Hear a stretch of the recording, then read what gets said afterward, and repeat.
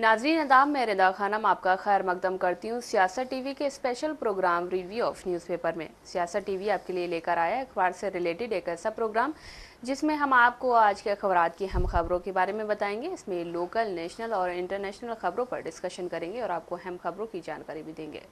हम इस प्रोग्राम में हर ज़रूरी खबर पर रोशनी डालेंगे, चाहे वो लोकल हो, नेशनल हो या फिर इंटरनेशनल। इस प्रोग्राम में हर खबर की तह तक जाएंगे, क्योंकि कुछ अखबार की सिर्फ सुर्खियां बनकर रह जाती हैं या टीवी पर 2 मिनट की न्यूज़ ही हो पाती है, लेकिन हम आपको उन खबरों के बारे में तफसील से बताएंगे। इसी के साथ हमारे साथी मौजूद हैं अशर यासिर। अशर यासिर, आपका खैर मकदम है। शुक्रिया। तो सबसे पहले बात करते हैं तेलंगाना की। जैसा कि हम हमेशा अपने जहाँ से भी स्टार्ट करते हैं, हम लोकल न्यूज़ से ही ख़बरों की स्टार्टिंग करते हैं और आपको बताते हैं कि इस वक्त तेलंगाना में क्या चल रहा है। तो तेलंगाना में विधानसभा का शीतकालीन सत्र 9 दिसंबर से शुरू होने जा रहा है और कहा जा रहा है कि इसकी तैयारियां भी चल रही हैं। और सूत्रों के मुताबिक जैसे कि खबरें सामने आ रहे हैं कि 7 दिसंबर तक इसको पूरा कर लिया जाएगा और आला कमान से जब आला कमान से इसकी तरफ से अंतिम सूची आएगी, उसके बाद ये सत्र पूरा हो जाएगा और इसके पूरे होने की उम्मीद है। जैसा कि कांग्रेस पार्टी आला कमान के साथ ये सारी चीज़ें डिस्कस करती है। और वहीं पर बात करें कि जिस तरह से ये शीतकालीन सत्र शुरू होगा उसमें किस तरह की चर्चाएं होंगी, कहा जा रहा है कि इसमें सबसे प्रमुख विषय जो है यासिर हाइड्रा है इस वक्त। जी, हाइड्रा को लेकर और मूसी रिवर फ्रंट है और जो राजस्व अधिकारी, जो राजस्व विभाग में जो कानूनी जो संशोधन हुआ है उसके बारे में चर्चा चल सकती है, लेकिन इसमें हंगामा होने के भी आसार हैं। बिल्कुल, जिस तरह से देखिए अभी जो चीज़ें सामने है उसमें यही कहा गया है कि मंत्रिमंडल जो कैबिनेट है उसका विस्तार हो सकता है, क्योंकि सीएम रेवंत रेड्डी समेत 12 मिनिस्टर्स कैबिनेट में हैं और कुछ 6-7 पद जो है वो खाली पड़े हुए हैं अभी मिनिस्टर्स के। तो जो रिपोर्ट सामने आई उसमें ये है कि पहले उन पदों पे नियुक्ति की जाएगी। बिल्कुल नियुक्ति की जाएगी, मंत्री मतलब अपने कैबिनेट का विस्तार और किया जाएगा और इसमें नए लोग भी जुड़ सकते हैं। ठीक है, जिस तरह अभी देखा जा रहा है कि मुस्लिम कोई भी उसमें नहीं है तो एक माइनॉरिटी का आ सकता है उसमें, ऐसी भी चर्चाएं चल रही हैं। और जिस तरह से ये क्या बोलते हैं सीएम जो हैं ये बार बार दिल्ली जा रहे हैं, तो इसमें ये भी कहा जा रहा है कि महाराष्ट्र इलेक्शन की वजह से इन चीज़ों पे बात नहीं हो पा रही थी, लेकिन अब महाराष्ट्र इलेक्शन कंप्लीट हो गया है, कल रिजल्ट भी आ जाएगा, तो शायद उस चीज़ पे बात होगी और जब यहाँ सेशन शुरू होगा उससे पहले 7 तारीख तक जो है ये कंप्लीट कर लिया जाएगा। और इसमें कुछ ऐसे मंत्रालय हैं जो अभी भी मतलब अभी जो है क्या बोलते कैबिनेट, इसमें एक एक मंत्री के पास कई सारे मंत्रालय हैं। उन सब चीज़ों को, उन सबको अलग अलग करके दिया जाएगा, क्योंकि एक इंसान इतनी सारी चीज़ें देखने में थोड़ी सी परेशानी होती है। और जिस तरह से सीएम रेवंत रेड्डी खुद यहाँ के सीएम हैं, उनके पास भी कई मंत्रालय हैं, तो वो भी कहीं ना कहीं इन मंत्रालयों को अपने हिसाब से बांटेंगे, क्योंकि अब यहाँ पे जिस तरह से चीज़ें, और वही जब आपने बोला कि अभी इस पे हंगामा भी हो सकता है, हाइड्रा की कार्रवाई जो हो रही है या फिर किसानों से रिलेटेड जो चीज़ें हो रही हैं, या फिर अभी जिस तरह से यहाँ के अपोजिशन लीडर जो है उसके क्या बोलते हैं बीआरएस के केटीआर, उनका नाम आया था कि उन्होंने एक जगह पे दंगा भड़काने के लिए वो किया था, किसी को भेजा था। इन सब चीज़ों पे चर्चा उसमें होगी और ये लग रहा है आसार तो यही कि सिर्फ मतलब कुछ हंगामा होगा वहाँ पे। लेकिन जिस तरह से हाइड्रा की कार्रवाई चल रही, मूसी रिवर फ्रंट चल रहा है, जो वो क्या बोलते हैं उसको एक वो देना चाहते हैं नया रूप, उसको लेकर के भी यहाँ की जो अपोजिशन पार्टीज हैं, चाहे वो बीआरएस हो या फिर बीजेपी हो, वो इन चीज़ों पे क्या बोलते हैं सत्ता पक्ष से नाराज है और वो इन चीज़ों पे अपनी आवाज़ उठाएगी। वहीं अगर हम हाइड्रा की बात करें तो हाइड्रा की बात में ये भी देखा जा रहा है कि हाइड्रा की जो कार्रवाई चल रही है उसमें एमआईएम भी अपने हिसाब से वहाँ पे बात कर सकती है, वो भी अपोज कर सकती है। क्योंकि कुछ दिनों पहले एक वीडियो वायरल हुआ था जिसमें अकबरुद्दीन ओवैसी रोड पे जा रहे थे, उन गलियों में जा रहे थे जहाँ जो लोग इससे डरे हुए थे, तो वो उनसे कह रहे थे कि नहीं भाई, जब तक हम हैं तब तक आपको कुछ नहीं होगा, क्योंकि आपने हमें यहाँ बिठाया है, तो हम आपको यहाँ से हटा नहीं सकते हैं। और इसमें भी क्या बोलते हैं कई सारी ऐसी चीज़ें भी हो रही हैं जिसकी वजह से यहाँ की सरकार नाराज़ है। अब जिस तरह से क्या बोलते हैं जो वो है मिनिस्टर कोंडा सुरेखा, उन्होंने एक बयान दिया था पहले वो क्या बोलते केटीआर को लेकर के और नागा चैतन्य वगैरह वाला पूरा मामला। अब उसके बाद फिर उन्होंने एक वो क्या बोलते हैं बिल्कुल हाइड्रा को लेकर बयान दिया है और क्या बोलते हैं उसको लेकर बयान दिया, मूसी रिवर फ्रंट को लेकर के बयान दिया। तो इन सब चीज़ों पे भी चर्चा हो सकती है और ये वाला जो क्या बोलते हैं सेशन है तेलंगाना का, ये ऐसा लग रहा है कि हंगामे की भेंट चढ़ सकता है। जी जी, आपने जिक्र किया यासिर की महाराष्ट्र चुनाव के बीच जो आला कमान था वो काफ़ी बिजी था, इसी वजह से रेवंत रेड्डी बात नहीं कर पा रहे थे। तो महाराष्ट्र की बात करें, महाराष्ट्र और झारखंड में चुनाव पूरे हो चुके हैं। और बात करें पिछले विधानसभा चुनाव की तो उससे काफ़ी अच्छा रिजल्ट रहा है, क्योंकि वोटिंग प्रतिशत ज़्यादा रहा है। और वहीं पर बात करें कि सरकार किसकी बनने वाली है, ये तो अभी कहा नहीं जा सकता। जैसा कि पोल सामने आ रहे हैं, उस पर जो विपक्षी पार्टियां हैं वो बोल रही हैं कि हम भरोसा नहीं कर सकते कि क्योंकि पोल कुछ बताते हैं और रिजल्ट बाद में कुछ और आता है। लेकिन वहीं पर बात करें, जो पोल्स आ रहे हैं उसके वजह से महायुति में काफ़ी खुशी का माहौल है।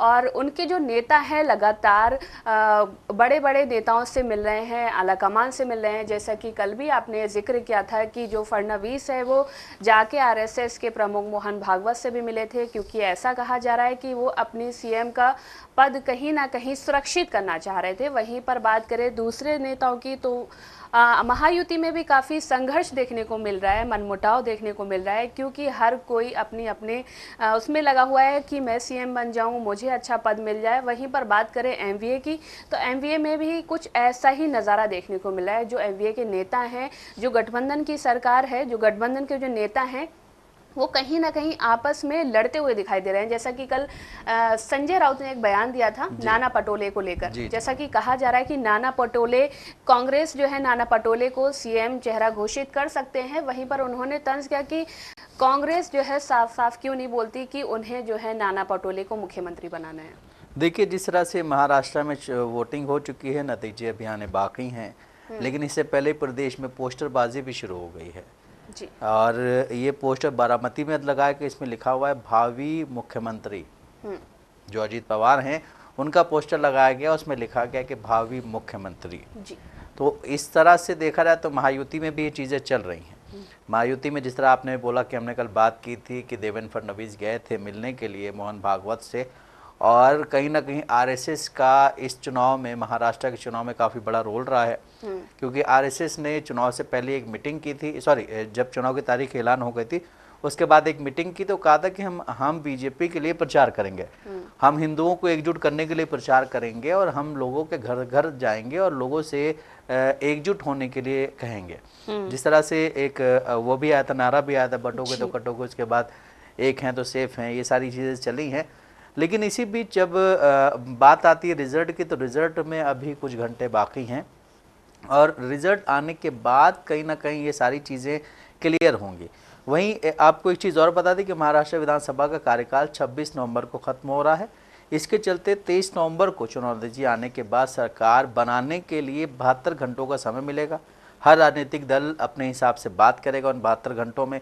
26 नवंबर तक अगर सरकार बनाने विफल होने पर वहां पे राष्ट्रपति शासन लगा दिया जाएगा। इसी के चलते सभी पार्टियों में मंथन शुरू हो गया। मुंबई के ग्रैंड हयात होटल में भी कल शाम महाविकास अघाड़ी के 3 घटक दलों के प्रमुख नेताओं की बैठक हुई थी। इस बैठक में सरकार बनाने की रणनीति और विधायकों को संभालने पर भी चर्चा हुई, क्योंकि आप जिस तरह से बोल रहे हैं कि हम सरकार बना लेंगे, लेकिन अगर आप सरकार बना रहे हैं और आपके ही विधायक चले जा रहे हैं दूसरी पार्टी में, तो आप क्या करेंगे।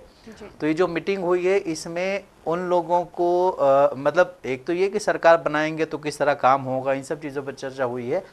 वहीं दूसरी तरफ ये भी इम्पॉर्टेंट चर्चा हुई है कि भाई हमारे जो एमएलएज हैं हम उनको किस तरह से रोक पाएंगे, क्योंकि इससे पहले भी एमवीए की सरकार थी, पहले शिंदे अलग हुए, फिर उन्होंने जाके बीजेपी से हाथ मिलाया और बीजेपी ने वहाँ पे क्या बोलते हैं महायुति की सरकार बना ली।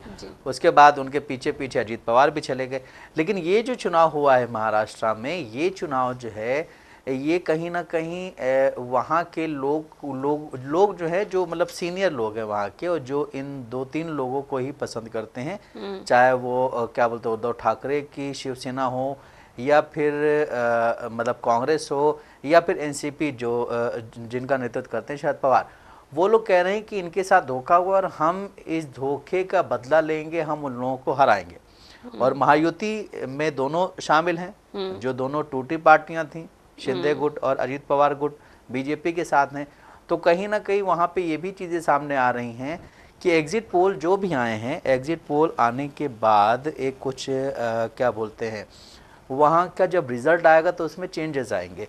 ये वहाँ के लोगों का कहना है। जिस तरह से क्या बोलते हैं, परसों से जो भी मीडिया पे चीज़ें चल रही हैं, चाहे वो अखबार हो या फिर क्या बोलते हैं वो टीवी हो, सोशल मीडिया हो, इन सब चीज़ों पे चीज़ें चल रही है और उन लोगों के बयान आ रहे हैं जो सीनियर लीडर्स हैं कि यहाँ पे उस तरह की चीज़ें शायद नहीं होंगी जो अभी हरियाणा में हुई थी। क्योंकि हरियाणा में कांग्रेस को बहुमत दिखाई गई थी पहले कि कांग्रेस जीत रही है, लेकिन रिजल्ट आने के बाद वहाँ पे कांग्रेस जो है वो हारी है। इसी तरह यहाँ पे जो अभी आए हैं एग्जिट पोल्स, उसमें जो है मतलब किसी को भी सत्ता मिलती उस हिसाब से नहीं दिखाई दे रही, मतलब इजीली कोई सत्ता हासिल नहीं कर सकता है। ठीक है, अब बात ये सामने आ रही है कि वहाँ पे जिस तरह से एमवीए की सीटें आ रही हैं उसमें 8-10 सीटें कम पड़ रही हैं बहुमत हासिल करने के लिए। दूसरी तरफ आपको जो है वहाँ के कई जो पोल आए, एग्जिट पोल्स आए हैं, उनमें एमआईएम भी जो है वो एक अच्छी सीटें जीतने के लिए मतलब वहाँ पे नज़र आ रही अदर्स में। अब ये भी चीज़ सामने आ रही है कि अगर वहाँ पे 5-7 सीटों की ये जीत जाते हैं 5-7 सीट और वहाँ पे 5-7 सीटों की ज़रूरत होगी, तो अगर वो एमआईएम से संपर्क करेंगे, क्योंकि एमआईएम हमेशा से क्या बोलते हैं ये जो वो है वहाँ पे पार्टी है शिवसेना यूबीटी, उसको लेकर के हमेशा बोलती रहती कि इन लोगों ने सॉरी जो वो है जो केस हुआ था बाबरी मस्जिद वाला, उसमें इन लोगों का हाथ था। अब अगर वहाँ पे इनको इनवाइट किया जाता है और ये वहाँ पे सरकार बनाने में एमवीए का समर्थन करते हैं, एमवीए के साथ जाते हैं, तो फिर इनकी आपस की रणनीति क्या होगी। और अगर एमआईएम चली गई उनके साथ तो एमआईएम कौन कौन से मंत्रालय लेगी, ये भी एक अहम चीज़ें हैं। अब जिस तरह से कल बात हो रही थी और ये बातें चल ही रही हैं कि अगर वहाँ पे सरकार बन गई, मतलब मिल गया बहुमत एमवीए को, तो एमवीए में एक मुख्यमंत्री बन जाएगा जिसकी सीटें ज़्यादा होंगी और बाकी दोनों जो पार्टियां उनके लोगों को डिप्टी सीएम बना दिया जाएगा, 2 लोगों को।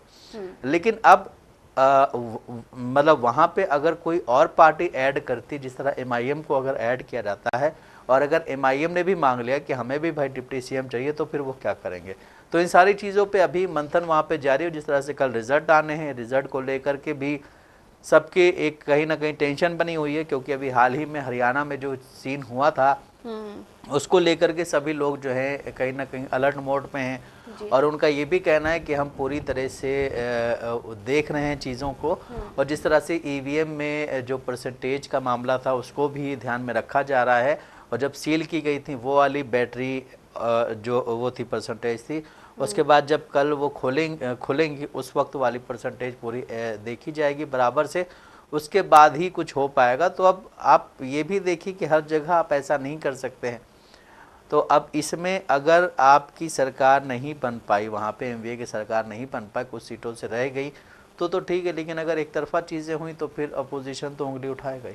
लेकिन यासिर, आपने एमवीए की बात करी कि जो है ये मिलकर जो है सरकार चलाएंगे, लेकिन उससे पहले जब जो है सिर्फ एक तारीख घोषित की गई थी, उसी टाइम से इन लोगों में सिर्फ फटोवल देखने को मिल रहा था कि हम जो है आगे हैं। यहीं एक तरफ यूबीटी थी, एक तरफ कांग्रेस थी, एक तरफ जो दूसरे उनके साथ गठबंधन में है वो लोग थे, शरद पवार, एनसीपी, एससीपी, वो लोग थे। हर कोई अपने अपने चेहरे का जो है प्रचार ही कर रहा था। और वही बाद में अभी कल की बात करें, जैसा कि जो संजय राउत है उन्होंने बोला है नाना पटोले को लेकर, वहीं पर जो अजीत पवार हैं वो अपने आप को मुख्यमंत्री चेहरा दिखाने की कोशिश कर रहे हैं। वहीं पर दूसरी तरफ देखा जाए जो महायुति के जो नेता हैं वो भी खुद को चेहरा दिखाने की कोशिश कर रहे हैं कि हम जो है सीएम फेस हैं। वहीं पर लेकिन देखा जाए यहीं पर कि अभी क्योंकि नतीजे आ नहीं पाए हैं, ये तो वही बात हो गई कि गांव बसा नहीं और लुटेरे पहले आ गए। और इसी को देखकर जनता जिस तरह से पहले से ही ये सारी चीज़ें चल रही हैं, तो कहीं ना कहीं इससे भी जनता का ध्यान भटका होगा। बिल्कुल, देखिए जिस तरह से आपने बात की है कि ये सारी चीज़ें चल रही हैं, उसमें अब आप ये देखिए कि जिस तरह आप बोले कि एमवीए में सिर्फ फुटबॉल चल रहा था, महायुति में भी यही चीज़ें हैं और महायुति में इससे ज़्यादा चीज़ें हैं। ठीक है, जिस तरह से क्या बोलते हैं नवाब मलिक, उनकी बेटी को टिकट देना, अजीत पवार का अपने हिसाब से काम करना, ये सारी चीज़ें चल रही, लेकिन इन चीज़ों को लोग ज़्यादा बाहर करते नहीं हो। मेन स्ट्रीम मीडिया जो है मतलब वो भी इन चीज़ों को ज़्यादा दिखाती नहीं है। जहाँ पे बीजेपी के अलायंस में कुछ बातें होती हैं वहाँ पे चीज़ों को दबा दिया जाता है, और जहाँ पे अपोजिशन जो होती है उसकी अगर छोटी सी भी बात होती तो उसको भी बड़ा चढ़ा के पेश किया जाता है। अब जिस तरह से अभी आपने देखा कि चुनाव से 2 दिन पहले जो पैसे बांटे जा रहे थे उसको मेन स्ट्रीम मीडिया में इतनी तरजीह नहीं दी गई, लेकिन वही जब बीजेपी आईटी सेल ने उनका क्या बोलते हैं नाना पटोले और सुप्रिया सूले का एक फेक ऑडियो निकाला, उसके बारे में रात भर चर्चा हुई है। ये वोट पड़ रहे हैं लेकिन इधर चर्चा हो रही है उसके बारे में कि भाई ये जो निकला ये गलत है। आप ये देखिए कि इस वक्त जो है मतलब जो मेन स्ट्रीम मीडिया है वो किस तरफ जा रहा है। जी, हालांकि मेन स्ट्रीम मीडिया ने खुद ही जस्टिफाई किया कि ये AI जनरेटेड है। वो बाद में किया ना, उस वक्त तो लोगों का आपने बरकरार दिया। मेन इलेक्शन पढ़ने के टाइम जब वो क्या बोलते हैं वोट पढ़ने के टाइम पे आपने ये चीज एक बाहर कर दी, और ये चीज बाहर करने के बाद उसके बाद फिर आप अगले दिन बोल रहे हैं कि ये फेक है, तो जो उनका नुकसान होना था वो तो हो गया जी। अब उसके बाद दोबारा इलेक्शन थोड़ी होगा वहां पे। और फिर जिस हिसाब से वो फेक निकला है उसके बारे में जानकारी हुई अभी तक कुछ पता चला किसने किया था? बिल्कुल। ये सब चीजें अगर वही ये कर दे अपोजिशन, तो अपोजिशन पे जो है इतनी ज्यादा उंगलियां उठाई जाती हैं। अपोजिशन चाहे जहां भी हो, चाहे यहाँ हो चाहे जहां भी हो, अपोजिशन पार्टीज पे ज्यादा उंगलियां उठती हैं। लेकिन वहीं अगर ये चीज अब जो वो बांट रहा था पैसा उसके बारे में कोई बात नहीं हुई जी। वहीं जिस तरह संजय निरुपम की गाड़ी में पैसा मिला उसके बारे में कोई बात नहीं हुई, लेकिन पूरा दिन रात से लेकर के पूरा दिन तक सिर्फ चर्चा यही हुई है कि भाई ये जो क्रिप्टो करेंसी वाला केस है इन दोनों की वजह से हुआ है जी। हालांकि अपने चुनावी प्रचार के दौरान राहुल गांधी हमेशा इन सारी चीज़ों को लेकर बोलते रहे हैं, जैसा कि उन्होंने कई बार बोला है अडानी के बारे में। जब भी उन्होंने प्रचार किया है, चुनावी प्रचार किया है, हमेशा अडानी को लेकर ही वो मुखर रहे हैं, हमेशा उन पर तंज करते रहे हैं। मोदी और अडानी को बोलते हैं कि ये जो है देश के लुटेरे हैं। वहीं पर अडानी की बात करें, जैसा कि हम सब जानते हैं कि उन पर एक इल्ज़ाम आयद किया गया है कि उन्होंने काफ़ी धोखाधड़ी की है और रिश्वतखोरी की है। इसी को लेकर US की जो अमेरिकी कोर्ट है उनके खिलाफ उन्होंने केस दर्ज किया है और वारंट भी जारी किया है। और इसी को लेकर व्हाइट हाउस ने एक बयान जारी किया। उन्होंने कहा है कि हमारे भारत से रिश्ते वैसे रहेंगे जैसे हैं, लेकिन अगर इसमें अडानी जी अगर इसमें मुलविस पाए जाते हैं तो उनके खिलाफ जो है कड़ी कार्रवाई की जाएगी। देखिए, जिस तरह से आपने बोला कि US में जो चीज़ें हुई हैं कल हुई थी, उसके बाद कल पूरा दिन कहीं ना कहीं यही चीज़ें चली हैं। इसके बाद फिर बीजेपी ने कांग्रेस पे हमला किया क्योंकि राहुल गांधी ने एक बहुत लंबी प्रेस कॉन्फ्रेंस की थी अडानी पे। उनका कहना था कि इस आदमी को गिरफ्तार नहीं किया जाएगा। वहीं दूसरी तरफ फिर जब मतलब ऐसे कोई आरोप आते हैं तो अब जो ऑर्गेनाइजेशन होता है या जो उनकी टीम होती है वो इसके बारे में बात करती है, लेकिन उनकी तरफ से कहा गया है कि सभी आरोप गलत हैं। इसे मतलब गलत तरीके से बताया गया है। समूह ने कहा है कि अडानी ग्रीन एनर्जी लिमिटेड के डायरेक्टर के खिलाफ United States Department of Justice और United States Securities and Exchange Commission की ओर से लगाए गए आरोप निराधार हैं। हम उनका खंडन करते हैं। अडानी समूह ने कहा है कि अमेरिकी न्याय विभाग ने खुद ही कहा कि अभी ये सिर्फ आरोप है। आरोपियों को तब तक निर्दोष माना जाता है जब तक कि वो दोष साबित ना हो जाए जी। अभी उन पे सिर्फ आरोप लगे। आरोप लगने के बाद इस पे और प्रक्रिया आगे बढ़ेगी, कानूनी प्रक्रिया आगे बढ़ेगी। उसके बाद वहाँ पे सबूत के आधार पे चीज़ें पेश की जाएंगी। उसके बाद इनको दोषी साबित किया जाएगा अगर ये होंगे तो। वहीं जिस तरह से कल जब इंडिया का शेयर बाज़ार खुला था तो अडानी समूह गिरा था 10 से 20% सुबह में गिरा था। लेकिन आज भी जिस तरह से जैसे ही शेयर बाज़ार ओपन हुआ है तो अडानी के शेयर्स गिरे हैं। इससे जो निवेशक हैं उनके लिए तो जाहिर है कि एक वो हो गया है कि भाई जो अडानी ग्रुप में पैसा लगाते हैं। वहीं दूसरी चीज़ ये भी सामने आई है कि अब जिस तरह आपने बोला कि उन्होंने बोला कि हिंदुस्तान भारत के और अमेरिका के रिश्ते जो है सही रहेंगे, उसमें कोई खटास नहीं आएगी। लेकिन जिस तरह से कल राहुल गांधी ने कुछ आरोप लगाए थे उन पर, राहुल गांधी ने देश के प्रधानमंत्री नरेंद्र मोदी और अडानी को लेकर के जो चीज़ें सामने रखी थी, उसके बाद फिर एक चीज़ और उठने लगी थी रिदा कि जो यहाँ के CM हैं रेवंत रेड्डी, उनका भी अभी कुछ उनसे पैचअप हुआ था। अब उसको लेकर के बीजेपी ने बोला कि भाई तो अगर अडानी को अरेस्ट कर रहे हैं उससे पहले आप रेवंत रेड्डी को अरेस्ट करें। बीजेपी हर चीज़ की दूसरी कार्ड निकाल लेती है जी। ठीक है, आप कुछ अब जिस तरह एक दिन हम लोग बात कर रहे थे कि अगर कांग्रेस या कोई कुछ करना चाहता है तो बीजेपी उससे पहले अपनी चीजें खड़ी कर देती है वहां पे कि ऐसा ऐसा हुआ था। जिस तरह हमने बोला था कि पटना में जब वहाँ इलेक्शन हो रहा था झारखंड में, और देश के प्रधानमंत्री नरेंद्र मोदी पटना में थे, इससे पहले की पार्टियां कुछ बोलती, बीजेपी ने आकर के एक प्रेस कॉन्फ्रेंस कर दी कि भाई राहुल गांधी और कांग्रेस पार्टी ऐसा ऐसा कर रहे हैं झारखंड में और महाराष्ट्र में। अब इसको लेकर के अब वो बातें छुप गई। वहीं जिस तरह से कल राहुल गांधी ने प्रेस कॉन्फ्रेंस की, राहुल गांधी ने प्रेस कॉन्फ्रेंस की, यहाँ के जितने भी अपोजिशन लीडर्स हैं उन्होंने प्रेस कॉन्फ्रेंस की, अपनी बातों को रखा, लेकिन उसके बाद बीजेपी ने जो एक क्या बोलते हैं वो लगा दी धड़ी, जितने भी पोस्ट हैं उनके सोशल मीडिया पोस्ट्स में, और फिर क्या बोलते हैं प्रेस कॉन्फ्रेंस किए हैं, हर एक लीडर बोल रहा है। उसके बाद मतलब जो लोग हैं उनका ये कहना है कि राहुल गांधी भी घिरते हुए नजर आ रहे हैं, लेकिन राहुल गांधी का घिरना इतना वो नहीं है। लेकिन अब जब कहीं पे देखिए कोई सरकार बनती है तो वहाँ पे उद्योगपति आते हैं, अपना निवेश करते हैं, ठीक है, निवेश करने के लिए वो आते हैं और वो उनका सरकार के साथ गठबंधन होता है। लेकिन अगर यही कांग्रेस पार्टी सत्ता में आएगी केंद्र सरकार में, तो भी ये अडानी और अंबानी साथ में रहेंगे, ठीक है, ये किसी एक सरकार के नहीं होते, बिल्कुल बिल्कुल, ये सभी के लिए होते हैं। और जिस तरह से राहुल गांधी इल्ज़ाम लगाते हैं, राहुल गांधी का कल भी ये देखा गया कि वो जब भी इल्ज़ाम लगाते हैं तो मीडिया को लेकर के ज़्यादा वो करते हैं कि अरे तुम बीजेपी के मीडिया हो। हालांकि उनको इन चीज़ों पे अपने कंट्रोल करना चाहिए कि अब उसने कल सवाल करना ही शुरू किया था और इन्होंने जो है बोल दिया। उसने बोला कि बीजेपी का ये कहना कि आप बीजेपी से, आप ये सब चीज़ें नहीं करनी चाहिए, राहुल गांधी को रिलैक्स होकर बात करनी चाहिए और जो भी सवाल हो रहा है उसका जवाब देना चाहिए। हालांकि यहाँ पे जो सत्ता पक्ष है केंद्र सरकार में, वो तो कभी ऐसे सवालात जवाबात का मामला उनका तो खत्म ही हो गया है। लेकिन अगर आप अपोजिशन में हैं तो आपको इन चीज़ों पे थोड़ा ध्यान रखना चाहिए, इस तरह की बातें नहीं करनी चाहिए, इससे कहीं ना कहीं गलत मैसेज जाता है। जी, एक खबर सामने आई है कि एक नेता हैं, सपा के नेता हैं लाल बिहारी यादव, उन्होंने अमित शाह पर एक इल्ज़ाम लगाया। उन्होंने कहा है कि जिस तरह से ये जो दास साबरमती रिपोर्ट जो मूवी आई है उसको टैक्स फ्री जो किया है राज्यों में, उनको लेकर उन्होंने कहा है कि अमित शाह जो है यूपी के लोगों को डराना चाहते हैं। जैसा कि हमने कल भी देखा था कि वहाँ पर वो मूवी देखने के लिए योगी आदित्यनाथ भी गए थे और योगी आदित्यनाथ के साथ जो एक्टर है विक्रांत मैसी वो भी उनके साथ थे और दोनों ने साथ में ही मूवी देखी थी। हालांकि इस तरह की मूवी को हमेशा ही टैक्स फ्री किया जाता है। ऐसे जब भी चुनाव आने वाले होते हैं, कोई ना कोई ऐसे जो षड्यंत्र वाली मूवी होती है वो हमेशा ऐसी मूवी निकल के सामने आती है और जो भाजपा के जो नेता हैं, जो भाजपा की सरकार है, उसको टैक्स फ्री भी करती है। देखिए बीजेपी, आपने जिस तरह बोला कि क्या बोलते हैं योगी आदित्यनाथ वो मूवी देखने गए थे जी। लेकिन आपने ये नहीं देखा कि योगी आदित्यनाथ जो है अब तक झांसी नहीं गए शायद।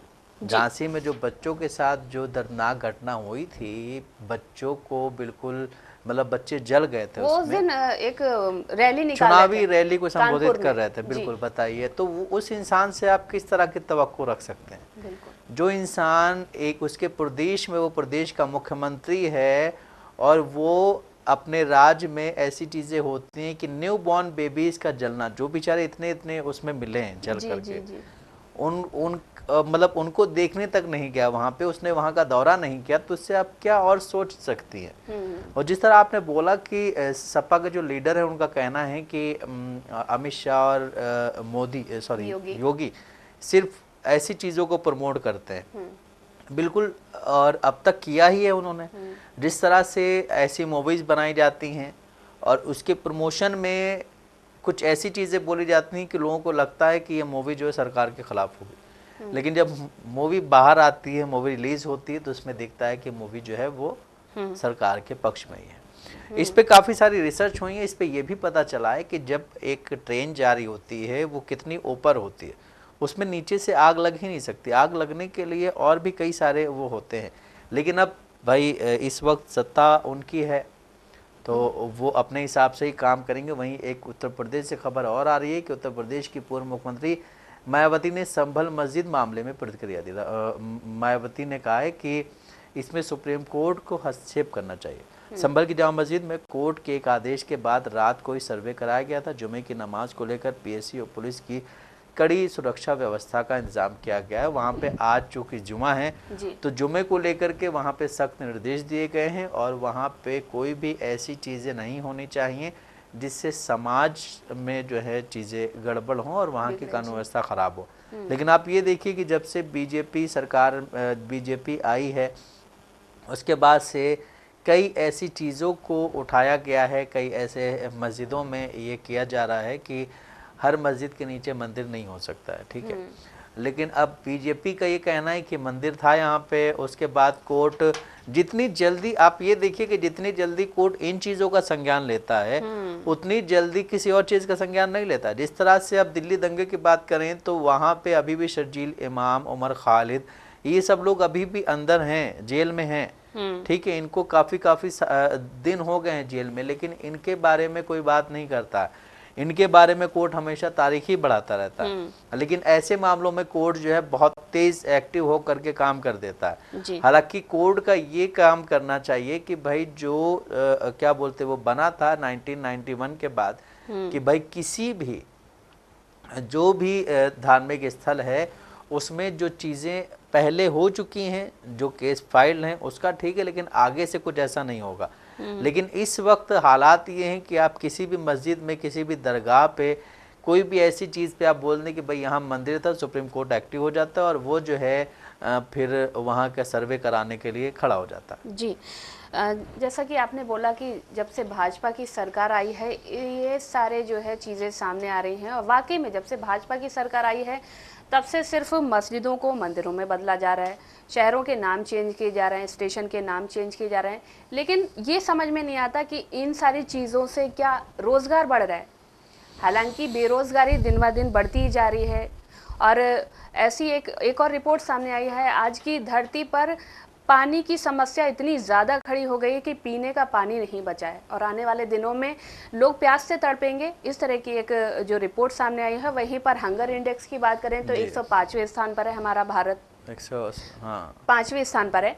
और वहीं पर बात करें भाजपा की तो भाजपा सिर्फ इन्हीं सारी चीज़ों में लगी रहती है। अगर उनसे बात की जाए रोजगार की तो वो इन सारे मुद्दों को तोड़ मरोड़ कर तो वो ये कहते हैं कि भाई कांग्रेस पार्टी ने कितना रोजगार दिया, यूपी की बात करें सपा ने कितना रोजगार। अरे भाई आप क्या कर रहे हैं जी, इन सारी चीज़ों को तोड़ मरोड़ कर सिर्फ मंदिर, मस्जिद, हिंदू, मुसलमान, इन सारी चीज़ों पर ले आते हैं। पाकिस्तान, जी, हिंदुस्तान, पाकिस्तान से उनका ज़्यादा ही लगाव दिखता है हमारे मोदी जी का। हालांकि चाइना से उतना नहीं है। जी, चाइना से नहीं, क्योंकि चाइना पूरे देश में कब्जा किए बैठा है। आने वाले दिनों में ऐसा लगता है कि अगर भाजपा की सरकार रही तो पूरा हिंदुस्तान चाइना बन जाएगा। तो जैसा कि नाजरीन आपने देखा कि हमने आपको न्यूज़पेपर के जरिए हम खबरों से रूबरू कराया है। ऐसे ही ज़रूरी खबरों से रूबरू होने के लिए हमारे साथ इस प्रोग्राम से जुड़े रहें। और अगर आपकी इस प्रोग्राम से रिलेटेड कोई भी राय है तो हमें कमेंट बॉक्स में ज़रूर लिखें। इसी के साथ हमारा प्रोग्राम ये ख़त्म होता है। मुझे और मेरे साथी अशर यासिर को दे इजाज़त। अल्लाह हाफिज़।